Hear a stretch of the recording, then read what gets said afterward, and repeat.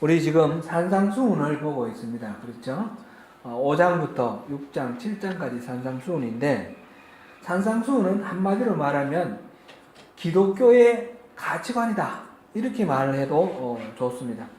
예수님께서는 이 기독교의 가장 핵심적인 가치관을 산상에서 이렇게 설교하신 산상수훈을 통해서 집약적으로 말씀하고 계십니다. 우리 5장 다시 한번 잠깐만 되돌아볼까요? 5장에는 하나님이 다스리시는 나라, 천국, 그곳에서 사는 사람들은 어떤 사람인지 그 하나님 나라 백성의 특징을 말하고 있습니다. 제일 먼저 팔복이 나오는데요. 팔복은 하나님 나라 백성된 사람들이 누리는 복입니다.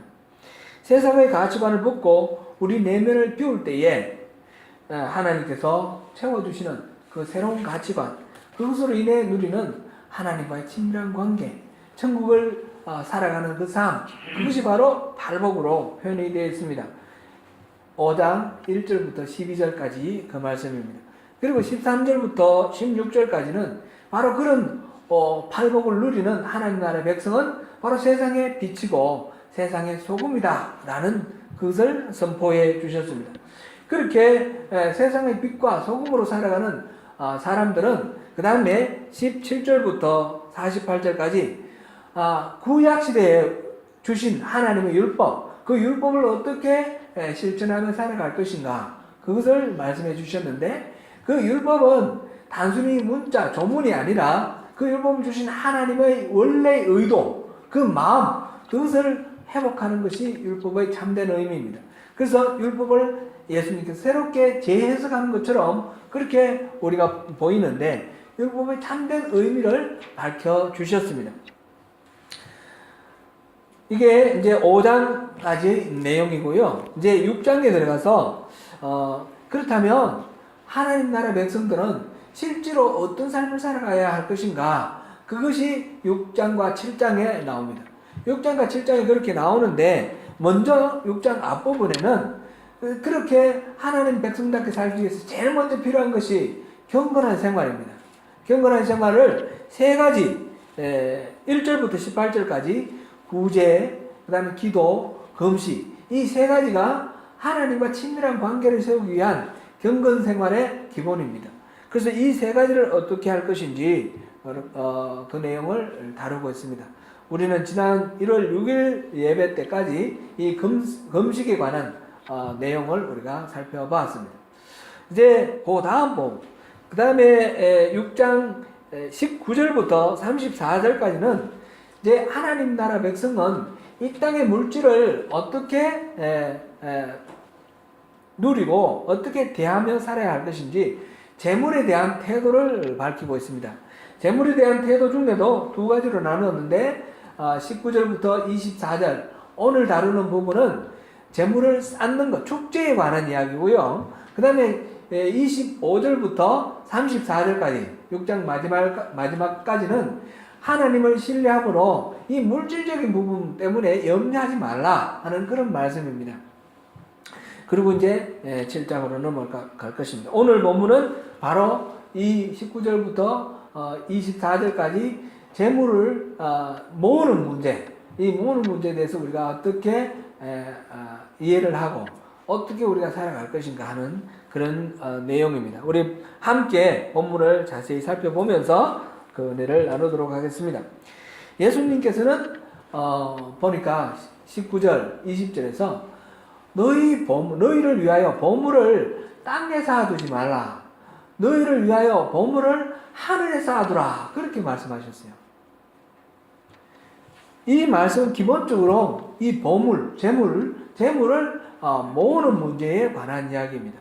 한마디로 말하자면 이 땅에 축제하려고 하지 말라, 그런 말씀입니다. 이 말씀을 들을 때에 우리 마음에 어떤 마음이 듭니까? 뭐 큰 차이가 없지 않을까 싶은데, 목사님, 우리는 재물을 모으는 것은 고사하고 우리 매일매일 살아가는 것이 우리 힘이 없습니다. 뭐 그렇게 많이 축제를 해가지고 뭐 이렇게 그럴 여유가 없습니다. 이렇게 생각하실지도 모르겠습니다. 보니까 이민사회가 참 어렵기도 어렵습니다. 벌기가 어렵고 또 이 물가는 높고 그래서 쓰임새는 또 많고 그런 상황입니다. 그런 가운데서도 우리 이제 이사간 다운자매 니시 형제 이 부부는 그 시골이지만 그동안에 모아둔 그 저축해둔 것과 그리고 좀 융자도 좀 받고 해서 집을 샀다 그러니까 참 기쁜 마음이 들었습니다. 열심히 일하고 저축해서 안정된 주거를 위해 집을 사는 모습 어떻게 보였습니까? 아름다워 보였습니다. 예수님은 그러면 그렇게 저축하는 것을 싫어하셔서 그 이 땅의 재물을 이 땅의 보물을 사지 말라 그렇게 말씀하셨을까요? 우리는 저축하면 안 될까요? 그리스도인은 저축하거나 아니면 뭐 비즈니스를 해서 이렇게 물질을 이렇게 늘려가는 것 그것은 하지 말라 그런 말씀일까요? 이 보물을 땅에 쌓아두지 말라 그랬어요. 이건 무슨 뜻일까요? 그리고 옛날에는 이 보물이라는 것이 옷감이라든지 또는 뭐 금은 보석 그 다음에 뭐 이렇게 곡물 이런 것들이 아니었습니까? 그런 재물을 많이 모으면 어디 이제 뭐 곳간을 만들어서 쌓아 놓든지 그런 식으로 해서 관리를 했습니다. 그런데 옷 같은 거 이렇게 많이 쌓아 놓으면 좀이 썰어서 구멍을 내버리면 그 옷감이 쓸모 없어지지 않습니까? 또는 이 금은 잘 녹슬진 않지만 이제 귀금속들을 가져다 놨는데 그게 녹이 슬어서 동록이라는 녹이 쓰는 거죠. 녹이 슬어서 이렇게 망가져버리고 못 쓰게 되고 그리고 그뿐만 아니라 도둑이 와서 훔쳐간다는 거죠. 그런 귀금속 보물이 있으면 훔쳐간다는 겁니다. 제가 어릴 때에 우리 집에 도둑 맞은 기억이 이 말씀 준비하면서 그게 생각이 났습니다. 제가 초등학교 한 2학년 뭐 이 정도 됐을 때인 것 같아요. 정확하지는 않은데 이제 큰 누님이 그때 시집 가기 전인데 자다가 새벽에 일어나서 용변 보려고 나와 보니까 우리 그 텐마루에 가을에 타닥하고 벼가마를 이렇게 쌓아놨거든요. 쌓아놨는데 그게 없어진 거예요.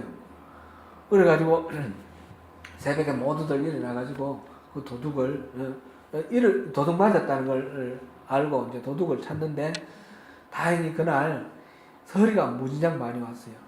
서리가 와가지고 길에 이 리어카를 끌고 도둑이 이 곡식을 훔쳐갔는데 길이 쫙 나가 있는 거예요. 그래 그 길을 따라 참 멀리 막 들판을 막 헤매고 막 한참 둘러 바로 옆에 있는 동네에 이렇게 어느 집으로 들어갔어요. 그래서 잡았습니다. 뭔가 옷감이라든지 귀금속이라든지 또 이런 곡물이라든지 현물을 보관해야 될 그때 도둑들이 그것을 가져가면 그거 참 찾기가 어렵지 않습니까? 우리가 그걸 찾은 것은 참 기적 같은 거지. 서리가 내렸기 때문에 찾았지 서리가 그렇게 안 내렸으면 찾을 수가 없는 일입니다.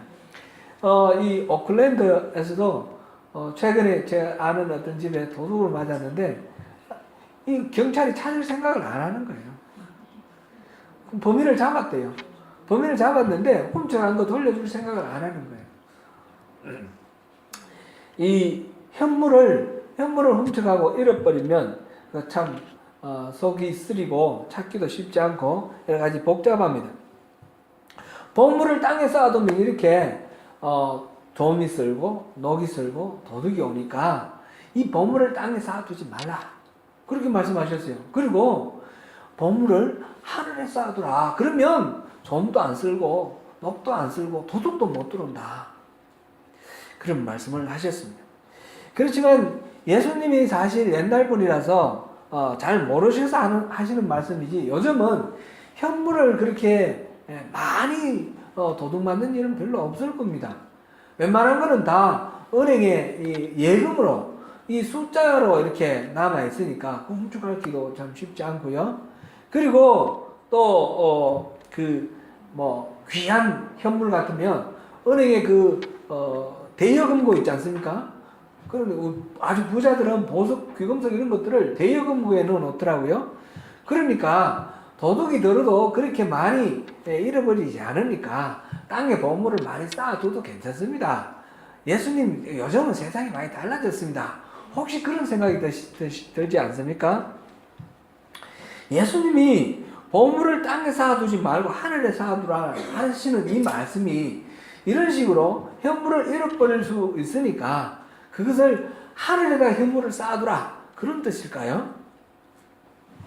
제가 이 부분을 참고하기 위해서 목사님들 설교를 많이 이렇게 찾아봤습니다. 찾아봤는데 많은 설교에서 이 하늘에 보물을 하늘에 쌓아두라 이 말을 헌금을 많이 하라 이렇게 설교를 하셨어요.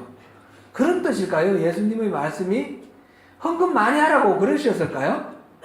그거는 정말 잘못된 이해라고 생각합니다. 또 많은 경우에는 이 땅에서 이 재물을 팔아가지고 가난한 사람들에게 나눠주고 선행을 많이 하라.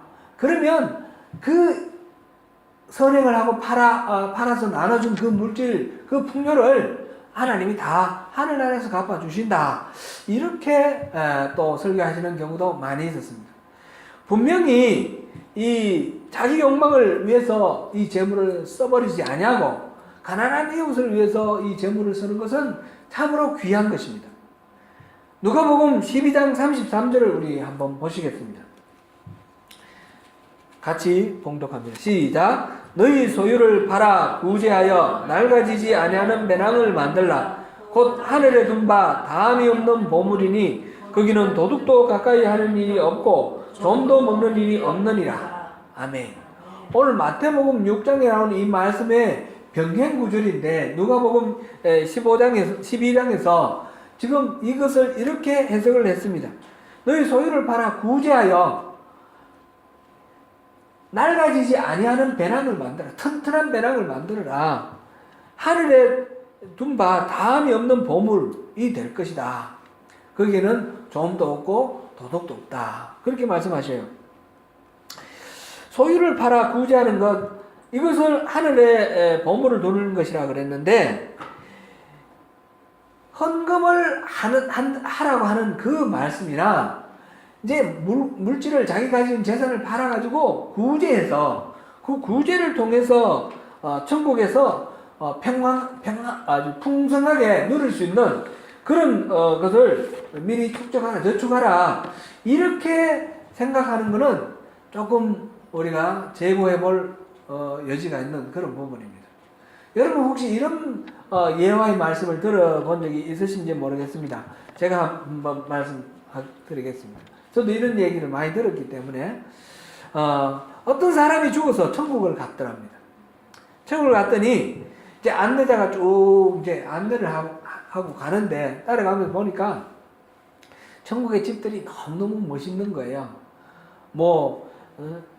바닥이 다이아몬드고 기둥이 루비고 지붕이 사파이어고 이런 온갖 귀금속으로 집을 지어놓고 보니까 정원에는 아름다운 꽃들이 막 만발해가 있고 그 벌과 나비가 막 날아가서 춤추는 그런 아름답고 평화롭고 아주 좋은 그런 집들.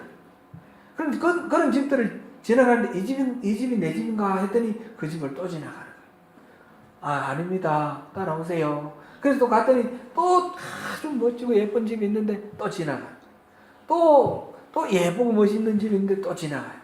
그러고 따라갔더니 어느 구석에 아주 낡아 빠진 그 초가집이 하나 있는데 막 다음 허물어져가는 초가집이 있는데 당신은 여기가 당신의 집입니다. 그러더라는 거예요.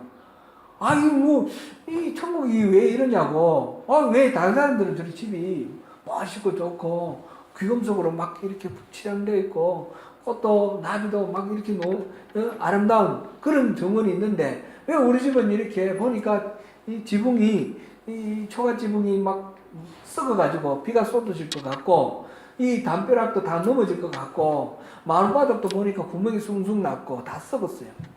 왜 나는 이런 집을 주냐 그랬더니 죄송합니다. 그렇지만 당신이 이 땅에서 살면서 보내준 그 재료로 가지고는 이런 집밖에 못 지었습니다. 그러더래요. 그래 이 땅에서 우리가 잘 살면서 좋은 재료를 많이 보내드려야지 그래야지 거기서 좋은 집을 짓는다는 거예요. 이게 이제 헌금하는 거하고 이 선행하는 거하고 이 두 가지를 아우르는 그런 설명입니다. 이 땅에서 헌금도 많이 하고 선행도 많이 해야지 우리가 천국 가서 그런 풍성함을 누릴 수 있다라는 그런 이야기입니다. 여러분은 어떻게 생각하십니까? 우리가 이 땅에서 쌓은 공덕 때문에 천국에서 그 보상을 받는 것일까요? 그렇게 이해를 해야 될까요? 구원받는 것은 똑같지만 그 공덕에 따라서 그 상급은 다르다. 이렇게 이해를 하는 거예요. 그런데 그 상급이 이렇게 이 땅에서 우리가 봤던 그 좋은 집으로 형상화되어 있는 대표되어 있는 이 땅에서 존귀함 받고 편안하게 누리고 또 마음껏 권세를 부리면서 살아갈 수 있던 거 이 땅에서 못하고 이 땅은 잠깐 있다가 지나가는 거니까 헌금 많이 하고 선행 많이 하면 하늘나라 영원한 하늘나라에서 그 풍요로움을 누릴 수 있다. 이렇게 이해를 하는 것인데 이것이 바른 이해가 될 수 있을까요? 분명한 것은 이것은 잘못된 이해입니다. 이거는 우리의 행위로 천국 간다. 우리의 행위로 하늘나라에서 상급을 받는다. 이것은 잘못된 이해입니다. 우리에게는 사실상 천국에 갈 만한 그런 공덕이 없습니다. 우리는 하나님의 은혜로 천국에 가는 것이고 예수 그리스도 그 보혈의 피값으로 우리가 구원받았고 그 사랑 때문에 우리가 천국의 복을 누리는 것입니다. 그러니까 우리의 행위, 우리의 공덕으로 하늘나라에서 뭔가 누린다라고 하는 것은 잘못된 이해입니다. 그리고 천국은 그렇게 좋은 집이 있고 나쁜 집이 있고 이런 식으로 물질적인 측면에서 우열이 있는 그런 차별이 있는 그런 세계는 아닐 것입니다. 천국은 그런 식으로 되면 천국이 될 수가 없습니다. 다 허물어져 가는 집에 비가 새는데 그 안에서 주저앉아가지고 마루가 무너질지 모르는 그런 가운데 앉아있으면서 막 우울해지고 내가 잘못 살았다 후회하고 그러면서 사는 것이 천국이 될 수 있을까요? 그거는 천국이 아닐 겁니다. 그러면 우리는 이런 식으로 공덕주의로 우리 천국을 이해하는 것은 바른 이해가 아니다라는 것을 우리가 생각해야 되겠습니다.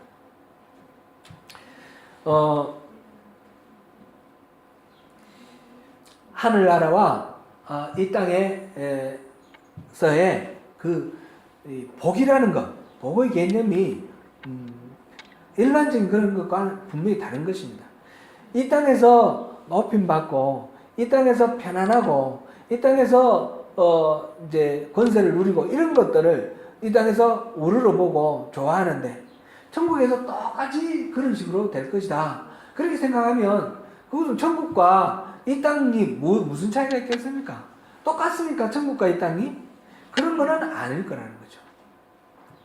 이 땅에서는 소외당하고 이 땅에서는 외면당하고 이 땅에서는 무시당하지만 천국에서는 그것이 고귀하게 여겨지고 하나님이 그걸 보고 기뻐하시고 높여주는 그런 이 땅과 천국은 전혀 다른 가치관이 있다는 거죠. 그것이 어디서 설명이 되었습니까? 이거는 그저 막연하게 있는 것이 아니라 우리가 산상순 맨 앞에 팔복에서 이미 설명이 되었습니다. 천국은 이런 곳이다. 그리고 천국의 백성들의 삶이 소개가 되어 있습니다. 마음이 가난한 자는 복이 있나니 천국이 저들의 것이다. 그렇습니다. 애통하는 자는 복이 있나니 저들이 위로를 받을 것이다. 이 땅에서 애통하는 사람은 불쌍하고 참 안타까운 그런 존재이지만 하나님께서는 그 애통함, 자기 죄를 바라보고 이웃의 죄를 바라보며 애통하는 그 사람의 그 마음을 기쁘게 여기셔서 그를 동행하시면서 위로해 주시는, 하나님 함께 해주시면 위로해 주시는 그런 복이 있다는 것입니다. 그게 팔복 아닙니까? 온유한 자는 복이 있다 그랬습니다. 땅을 기업으로 주겠다 하셨습니다. 온유한 자, 자기 안에 능력이 있지만은 그것을 그대로 발산시키지 아니하고 용납하고 포용하고 감싸주는 그런 사람에게 이 땅을 다스리라고 하나님께서 기업으로 주시겠다는 것입니다. 그 사람이 사는 것이 바로 천국이 될 수 있도록 그 사람에게 맡겨주겠다는 것입니다. 우리에게 그런 영혼들을 붙여주고 그런 영혼들을 우리가 섬길 수 있도록 우리에게 그 하늘나라의 천국의 역할을 우리에게 허락해 주시겠다는 것입니다. 이게 팔복이라는 것입니다. 이게 팔복, 이게 복입니다. 의에 줄이고 목마른 자는 복이 있나니 뭐라고 그랬습니까? 그 다음에 저들이 배부를 것이다. 만족하는 겁니다. 영적으로 만족하는 것입니다. 의에 줄이고 목마른 자가 참으로 참된 만족, 진정한 만족을 누리는 것입니다. 팔복을 우리가 다 한번 생각해 보십시오. 팔복은 이 땅에서는 복이라고 생각할 수 없는 것들입니다. 그런데 하늘나라에서는 그게 너무너무 귀한 것입니다.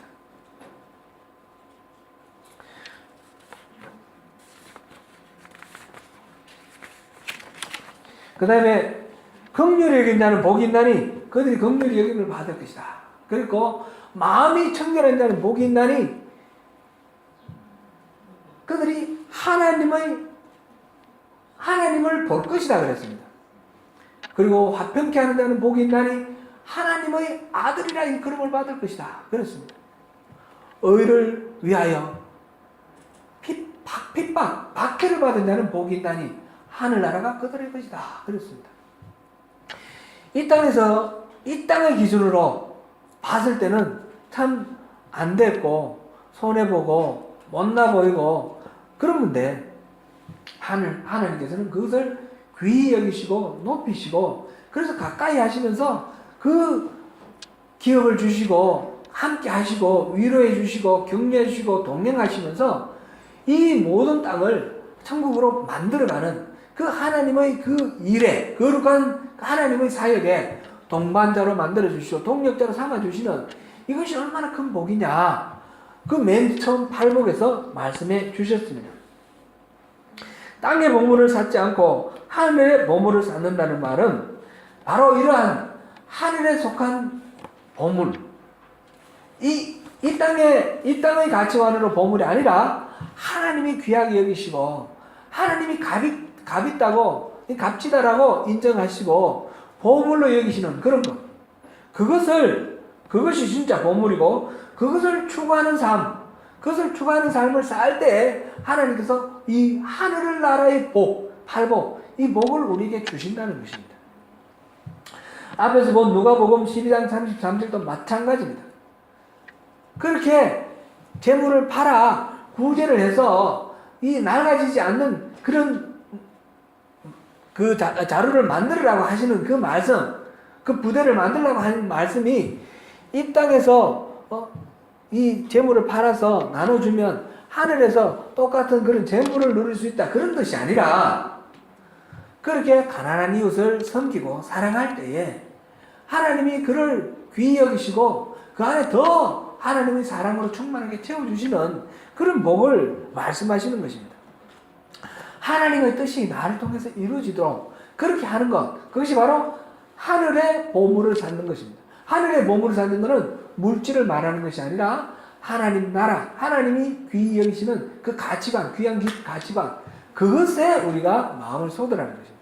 이 땅에서 물질을 모으는데 마음 쏟지 말고 하늘나라의 그 귀한 보물 그거를 이 땅에서 열심히 이뤄나가는데 마음을 쏟으라. 그게 이 오늘 말씀의 내용입니다.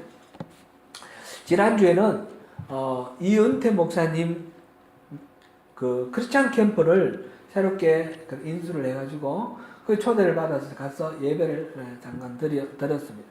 이은태 목사님 아시지요? 그 마누카우에 중심에 큰 빌딩 있는 거 한가운데 있는 빌딩 2개가 바로 그 목사님 소유 아닙니까? 최근에 또 빌딩 하나 더 샀더라고요. 마누카우에. 그래서 그 다니엘 선교 센터 해가지고 거기서 영어 학교를 만들고 거기서 예배하고 영어를 공부하러 온 사람들에게 중국 사람이 많다고 그래요. 그들에게 복음을 전하는 거예요. 한국 사람들에게도 복음 많이 오고 그런데 복음을 전하고 그렇게 하시는 분입니다. 이제 이 오는 학생들을 또 수용하기 위해서 기숙사로 또 주택도 보니까 14채인가 15채인가 그렇게 갖고 있더라고요. 참 그분은 참 설명하기 어렵고 유래가 드문 그런 어마어마한 물질의 은혜를 하나님으로부터 받은 사람입니다. 사실은 제가 이분이 그걸 간증을 하고 다니시는데 좀 많이 불편했어요. 우리가 크라이처치 있을 때 그분이 오셔서 또 간증 집회를 하고 그랬거든요. 근데 제가 이제 들은 소문으로는 그분의 간증을 듣고 교회에서 혼란이 일어난다가 이런 데 있는 거예요. 우리도 땅 사자는 거예요. 땅 사자는 거예요. 이분이 땅을 사서 그 땅이 값이 오르고 해가지고 이렇게 됐거든요. 지금도 그 실버데일에 땅이 다 판 게 아니고 아직도 남아있대요. 그 땅이 그냥 농지였는데, 허벌판이었는데, 그게 지금 또 커머셜 에어리어로 바뀌었대요. 이제, 말하면 전형적으로 땅으로 인해서 이렇게 부를 이룬 그런 분이에요. 이 간증을 듣고 교회에서 막 감론을 우리도 기도해가지고 저 하나님 저분에게 물질의 복을 주셨는데 우리에게는 왜 안 주시겠냐? 우리 땅 사자. 나 기도 응답받았다. 그러면서 사자 그러고 또 그러지 말자 그러고 이래 싸우고 그런 교회가 좀 어려워진 그런데 얘기를 또 들었고요. 제가 아는 어떤 집사님도 그 간증을 듣고 난 뒤에 막 기도를 하니까 저 공항 옆에 어디 땅 사라 그래가지고 땅을 샀어요. 론을 많이 받아가지고 땅을 샀는데 이 땅값은 안 오르고 공항이 재개발된다 그랬는데 공항 아직도 그대로 있잖아요. 재개발 안 됐어요. 그런데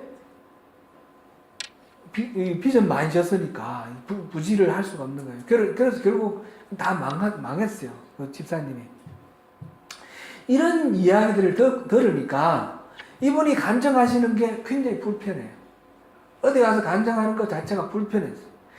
이번에 또 이 캠프를 확보를 했다 하는 말씀을 듣고 초대를 받았는데 가야 되나 말아야 되나 고민을 좀 했어요. 그런데 초대하시는 분이 또 저하고 또 친분이 있는 분이 정재식 목사님이 또 초대를 하시니까 거절을 또 못하고 갔어요. 가면서 그 이후에 기도를 하면서 하나님 여기에 답을 얻기를 원합니다.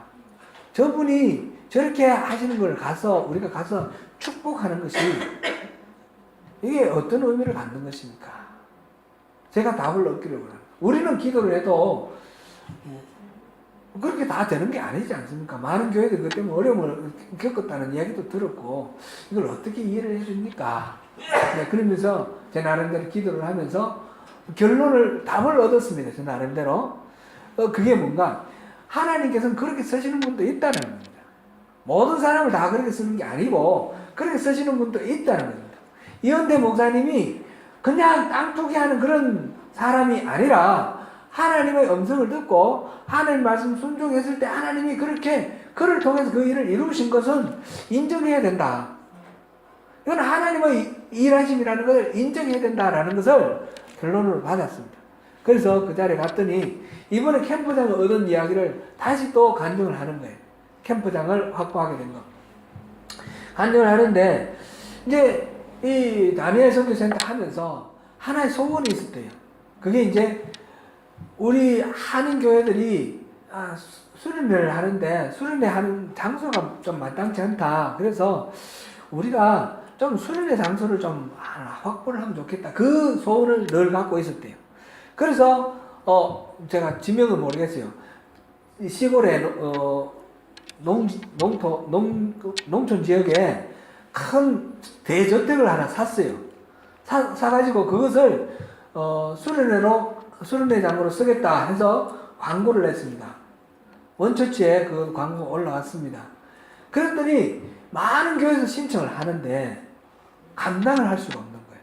그리고 우리는 몇 명 가야 됩니다. 그런데 그 숫자를 감당을 못 하는 거예요. 그렇게 감당을 하려면 정식으로 지금 이제 홀리데이 하우스 이런 식으로 하려고 그랬는데 그게 아니라 카운슬의 허락을 맡아야 되는 거예요. 공식적인 캠핑장이 되려고 그러면. 그래서 그거를 활용할 수가 없게 돼버렸다는 거죠. 그래서 다시 기도를 했습니다. 기도를 하면서 캠핑장을 좀 주세요. 그래서 기도를 하면서 아들한테 야 캠핑장 어디 나온 데 없는가 인터넷 서칭해보라 그랬더니 마누카우 지역에 하나 나온 게 있다라는 것을 아들이 발견했어요. 그럼 바로 다음날 가서 주인을 만나고 금요일날 그 기도를 하고 토요일날 주인을 만나고 월요일날 가서 계약을 했다는 겁니다. 근데 그게 거기가 지역이 어디죠? 저기 오레레 포인트. 저 동쪽이더라고요. 오레레 포인트. 미란다 온천 조금 온천 근처 그쪽입니다. 오레레 포인트에 톱10 할리데이 그 파크 캠핑장이에요. 그걸 샀어요. 근데 아주 저렴한 가격으로 샀더라고요. 250만 불을 샀다는데 오클랜드에 뭐 집 한 채도 250만 하는데 많이 있는데 참 싸다. 그리고 이제 전문가들이 얘기로는 1000만 불은 되는 거다. 그랬는데 그것을 샀어요. 그걸 그동안 30년 동안 운영하는 한 일가족이 이제 더 이상 운영할 수 없게 되어서 이제 내려왔는데 바로 이 목사님이 마침 그때 또 이렇게 오프를 내고 그래서 성사가 됐다는 겁니다. 하나님이 왜 이분한테는 이런 재산을 주실까요? 저한테 만약 그걸 주신다고 해도 제가 그걸 받을 수 있을까요? 저는 아무리 생각해도 그걸 받을 수가 없는 거예요. 그릇이 되는 거예요, 그분이. 그릇이 되고, 그릇이 된다고 해서 주시는 것도 아닌 것 같아요. 이분이 이제 계속해서 그동안에 이야기들, 간증을 들어보면 뭔가 하나님 나라를 세우기 위해서 필요한 그런 필요가 있는 거예요. 그래서 그 필요를 이루어 주세요. 기도했을 때 하나님께서 말씀을 해주시고 뭔가 사인을 주셨는데 이분은 자기의 형편으로 봤을 때는 감당할 수 없지만 하나님이 말씀하시니까 순종을 한 거예요. 순종을 했을 때 놀랄 만한 그런 역사가 일어난 것이죠.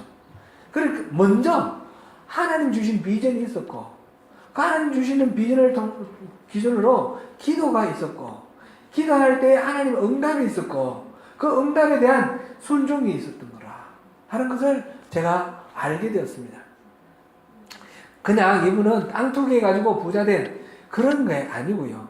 간혹 가다가 우리 보면 교회에서 어디 땅을 샀더니 땅값이 많이 올랐다 그러면서 하나님의 은혜다 축복이다 이렇게 간증하는 경우들을 많이 보는데 그런 식으로 무조건 그렇게 하는 거는 그건 죄악이라고 생각돼요. 땅은 하나님 건데 그렇게 땅 투기를 해가지고 막 땅값이 올라가면 결국 가난한 사람들이 집을 구하기가 어려워지는 거고 가난한 사람들은 점점 홈리스가 될 가능성이 높아져요. 이 오클랜드도 홈리스가 많이 늘어나고 있지 않습니까? 집값이 너무 많이 뛰기 때문에 그렇습니다. 그래서 땅값이 오른다는 것은 하나님의 은혜가 축복이다 이렇게 단순하게 그렇게 말할 수가 없습니다. 그런데 이분에게 땅 투기한다고 뭐 부동산 투기범이다 이렇게 말할 수는 없다라는 것을 이해를 하게 되는 거죠. 하나님께서 일하시는 방법에는 이런 방법도 있고 저런 방법도 있는데 다른 누구에게도 이렇게 쉽게 적용할 수 없는 특별한 그런 은사가 이분에게 있다라는 것을 우리가 인정해야 되겠다 이런 생각을 했습니다. 그러면서 저는 저대로 기도를 할 때에 우리에게 하나님이 우리의 욕망을 채우기 위해서가 아니라 우리의 문제를 해결하기 위해서가 아니라 하나님의 관점에서 주시는 그 비전을 발견을 하고 하나님 주시는 그 비전, 하나님의 소원을 이루기 위해서 우리가 어떻게 기도해야 될지 그리고 하나님 응답하실 때 우리가 어떻게 순종해야 할지 그거를 우리가 다시 재점검해 봐야 되겠다 그런 마음이 들었습니다.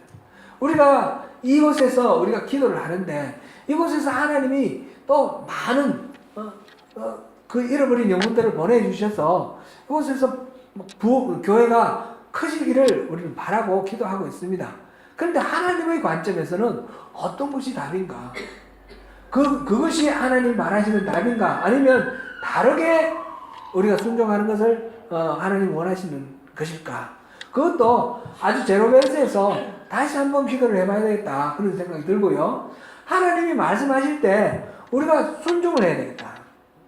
우리의 고집을 피지 말고, 우리의 욕망을 내세우지 말고, 나의 명예를 위해서, 나의 마음의 위안을 위해서가 아니라 하나님의 이름을 위해서, 하나님의 뜻을 이 땅에 실현시키기 위해서 하나님께서 내게 무엇을 요구하시는가, 그것을 다시 분별하고 기도해야 되겠다 하는 그런 마음을 갖습니다.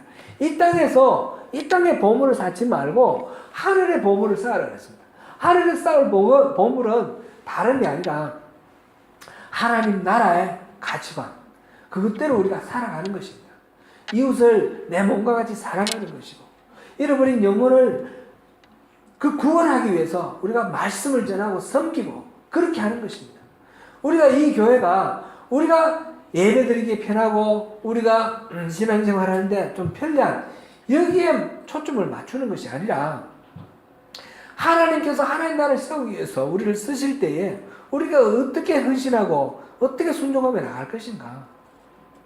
비록 그것이 우리에게는 고달프고 힘든 그런 일이 될지라도 그것을 기뻐하시는 하나님으로 인하여 우리가 기뻐하고 그것으로 인하여 우리가 만족할 때, 그럴 때 우리가 정말 천국의 백성으로서 하늘나라의 복, 팔복을 누리는 그 주인공이 되지 않습니까? 바로 그것을 우리가 이루어 나가야 되겠습니다. 사랑하는 성도 여러분, 우리가 함께 마음을 그렇게 모으십시다. 지금 예수님께서는 그 다음에 이어서 눈은 등불이다, 그렇게 말씀을 하셨습니다. 눈이 선하면 온몸이 밝을 것이고 눈이 나쁘면 온몸이 어두울 것이라고 하셨습니다. 눈은 마음의 창이라 이렇게도 말합니다. 창의 유리에 색깔이 있으면 그 빛은 색깔대로 이렇게 비치게 됩니다. 그 창에 더러운 때가 끼면 빛이 차단되어서 어둡습니다. 우리가 보는 것도 우리 눈에 달려 있습니다. 우리의 눈을 어둡게 하는 것, 우리의 욕망, 편견, 거짓된 마음, 시기, 질투, 이런 것들은 우리가 하나님이 우리에게 보여주시는 것들을 정확히 볼 수 없도록 만드는, 우리 눈을 가리는 요소들입니다. 이것을부터 내려놓고 하나님의 그 뜻을 선명하게 분별할 수 있는 영적 분별력을 구해야 되겠습니다. 그것이 우리의 눈이 우리의 등불이다, 이렇게 말씀하시는 하나님의, 예수님의 그 말씀의 의미입니다. 예수님은 이어서 한 사람이 두 주인을 섬길 수 없다라고 말씀하셨습니다. 요즘 세상에는 파트타임으로 여기도 일하고 저기도 일할 수 있지만, 지금 예수님이 말씀하시는 이 주인과 종의 관계는 노예를 말합니다. 노예는 한 주인을 섬기면 다른 주인을 섬길 수가 없습니다. 주님과 우리와의 관계가 바로 그렇습니다. 우리가 하나님을 섬기면 다른 주인을 섬길 수가 없습니다. 만약 우리가 다른 주인을 섬기면 하나님을 섬기지 않는 것입니다. 구약 성경에 이스라엘이 멸망한 그 일에서도 우리가 여러 번 이야기를 듣지 않습니까?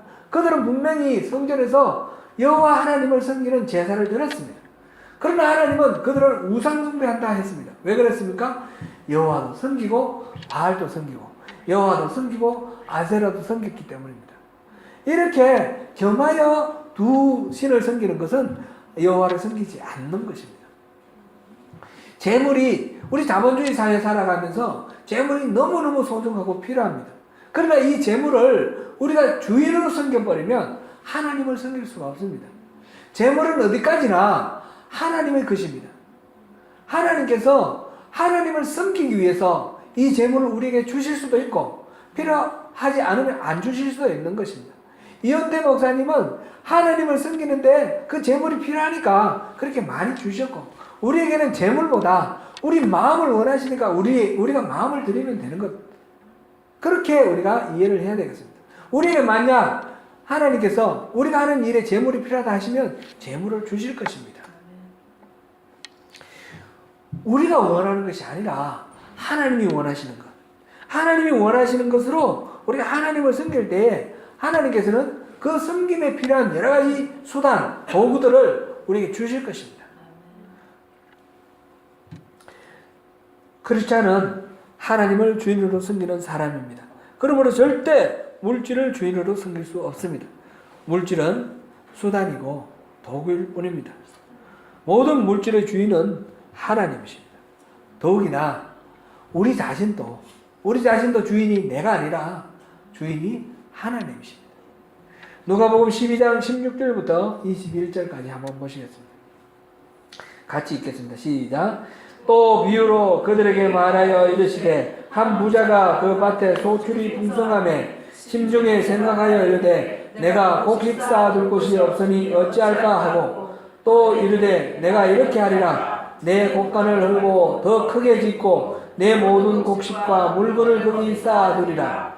또 내가 내 영혼에게 이르되 영혼아 열에 쓸 물건을 많이 쌓아두었으니 평안히 쉬고 먹고 마시고 즐거워하자 하리라 하되 하나님은 이르시되 어리석은 자여 오늘 밤에 내 영혼을 도로 찾으리니 그러면 내 준비한 것이 누구의 것이 되겠느냐 하셨으니 자기를 위하여 재물을 쌓아두고 하나님께 대하여 부요하지 못한 자가 이와 같으니 아멘.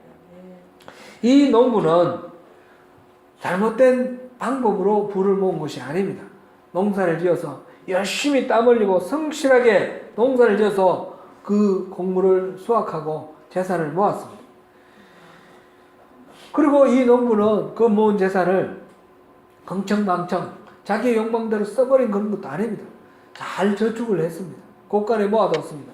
그런데 왜 이 농부를 예수님은 어리석은 자라고 그렇게 평가를 하십니까? 자기의 생명의 주인이 하나님이시라는 사실을 모르고 내가 앞으로 어떻게 살아갈지에 대해서 내가 나름대로 마음대로 결정을 하면 되는 것으로 생각합니다.